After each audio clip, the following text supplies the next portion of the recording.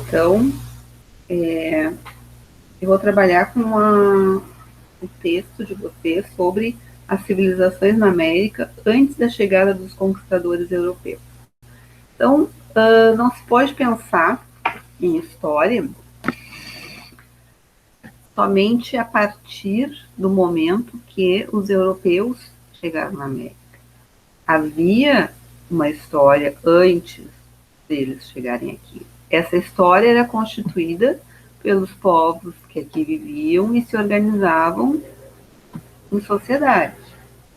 Essas sociedades tinham características em comum, mas também tinham diferenças culturais, diferenças de economia, de prioridades, tá? De domínio de um povo sobre outro. Havia várias particularidades. Mas vamos tratar aqui de 3 povos, que são os incas, os maias e os astecas. Essas 3 civilizações pré-colombianas, ou seja, antes da chegada de Colombo, habitavam a América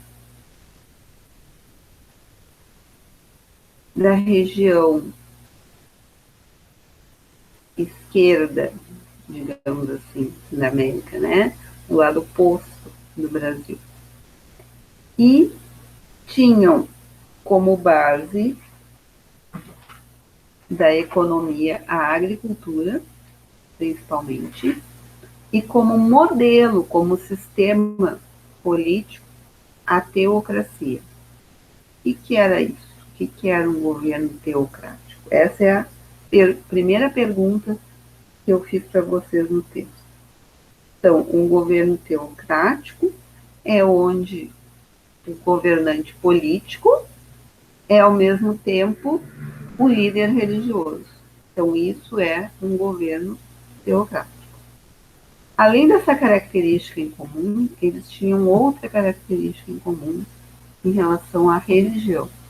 Eram povos politeístas, ou seja, eram povos que não acreditavam num único Deus, como o modelo cristão vai aderir e vai se impor depois com a conquista na América. Esses povos que aqui viviam, eles tinham muitos deuses. Então, eles eram politeístas. Esses deuses, eles tinham significado nessa sociedade. Eram deuses que amparavam o plantio, que amparavam a colheita, que amparavam na guerra, que davam a chuva. Então, era muito a ver com a questão da natureza.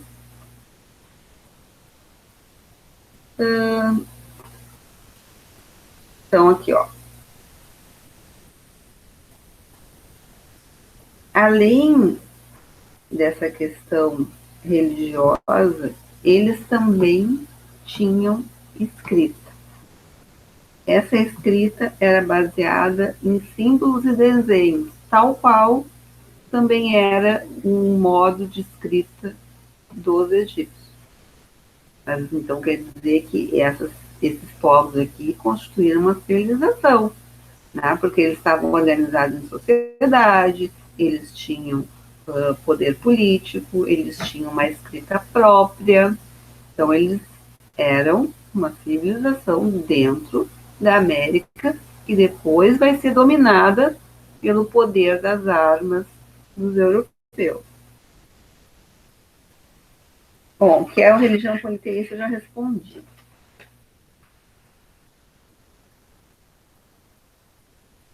O que levou os povos europeus a ter tanto interesse em dominar esses povos que viviam aqui na América? As riquezas. Eles logo viram que havia ouro, que havia prata, então era necessário, para suprir a vontade deles de enriquecimento, que eles dominassem esses povos para extrair essas riquezas. E assim foi. Os astecas eram um povo guerreiro que habitavam onde é hoje o México. Também tinham uma organização social formada por nobreza, por chefes militares, por camponeses, por trabalhadores urbanos. Então, era uma sociedade constituída de vários segmentos. E os astecas formaram um império, chegando a dominar, né, aproximadamente 500 cidades. E essas cidades pagavam impostos para o imperador. E o imperador, então, fazia a organização e a distribuição das riquezas. As nossas heranças, que vêm desses povos, são bem conhecidas, como, por exemplo, o cacau. O cacau, que é o chocolate, na verdade, né? Vem daí, foi um plantio, um cultivo praticado pelos astecas. Também eles tinham religião politeísta, Deus Sol, Deus Lua, trovão, chuva. A escrita também era representada por desenhos e sim. Durante o governo do imperador Montezuma, o Império Azteca chegou a ser formado por 500 cidades, que pagavam altos impostos. Como este império foi destruído? Então, o império começou a ser destruído em 1519 com as invasões espanholas. Eles dominaram os astecas e tomaram os objetos, as riquezas de ouro e prata que eles tinham.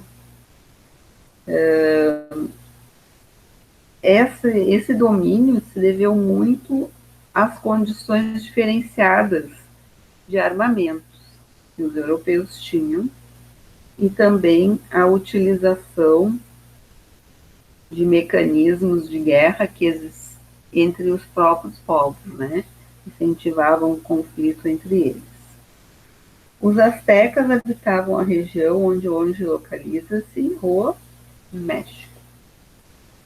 Civilização Inca. A civilização Inca, então, ela se formou aonde hoje seria, onde é, né?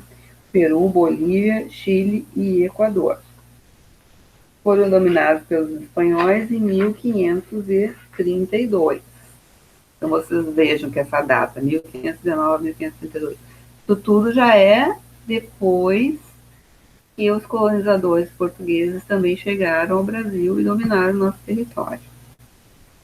A sociedade inca também era hierarquizada. Eles desenvolveram muitas técnicas de construção.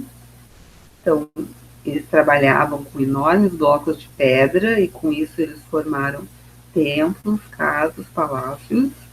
A agricultura era extremamente desenvolvida porque a região é montanhosa e eles conseguiram produzir muito em pequenos espaços possíveis. Construíram canais de irrigação que levava a água, né, para as aldeias. Também domesticavam e criavam animais. Então, na agricultura, eles se destacaram, assim como os outros povos, por essas habilidades, né, de desenvolver técnicas de plantio em regiões de difícil produção.